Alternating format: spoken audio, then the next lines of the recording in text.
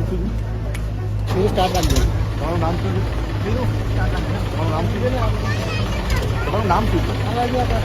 લઈને કાઢો. તમે કાલે એવું કહેતા કે બ્રિજ સારો છે. બતાવું તમારો વિડીયો, બતાવું તમારો વિડીયો. તમે આ બ્લોક તૂટી ગયો છે, તમને ખબર નથી, તમારી જવાબદારી નથી. તમે અહીં આગળ તમાશા જોવા આવો છો, ગામડાનો વ્યક્તિ મરી જાય એના તમાશા જોવા આવો છો તમે અહીં આગળ. તમને ભાન નથી હોતું, તમારી જવાબદારી નથી હોતી. અરે કમ નહીં વાત કરવાની, કમ નહીં કરવાની, કમ નહીં વાત કરવાની. લોકોનો જીવ ગયો છે, તમારો કોઈ દીકરો મરી ગયો છે, તમને શું ખબર પડે?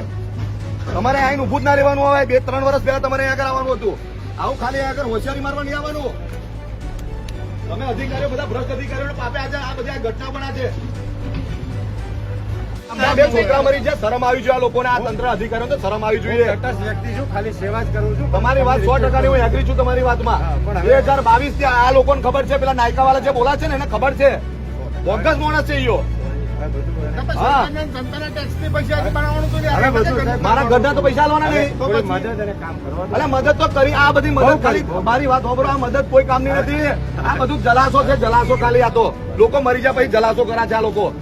એમને બોર્ડ નથી, આ ફોન કર્યા કરે છે, બધાને ખબર નહીં. થોડું રિક્વેસ્ટ અરે આઈને કાલે હોશિયારી ટોકતો તો એની ફરજ પણ નથી આવતું. આરએનબી ડિવિઝન એમ આવે છે, આટલા બધા ખાડા પડી ગયા, આજે બ્રિજ તૂટી નીચે પડી ગયો ને આઈને પાછો કાલે એવું કે છે રાતે 12 વાગે આ ઘટના બની હોત, નાશોથી ટ્રકોથી સવારમાં જે ઘટના બની બરાબર, આ બધી ટ્રકો મય ઉતરત અને કાઠિયાવાડી આખી ટ્રકો મય ઉતરત. થોડી વાર સવારમાં જે ઘટના બની બરાબર બની કે રાતે 12 વાગે આજે 2022 થી રજૂઆત કરી છે. સાધનો પબ્લિક આ અધિકારી આઈને એવું કે છે કે મને ખબર નથી ને હવે આ તૂટી ગયા પછી એવું કહેતો કે આની બ્લોક તૂટ્યો છે. અહીંયા આગળ 20 જણા મરી ગયા છે. હવે તમે શું વાત કરો છો? આવી શરમ આવી જોઈએ તમને જરી કઈ. તમારો દીકરો, તમારો ઘરનો કોઈ સદસ્ય મોભી મરી ગયો હોય તો, અને અહીંયા આગળ આવી જાય છે. અહીંયા આગળ 60 વર્ષ બીજ ચલાવો છે હજુ તમારે. અહીંયા ચલાવું તને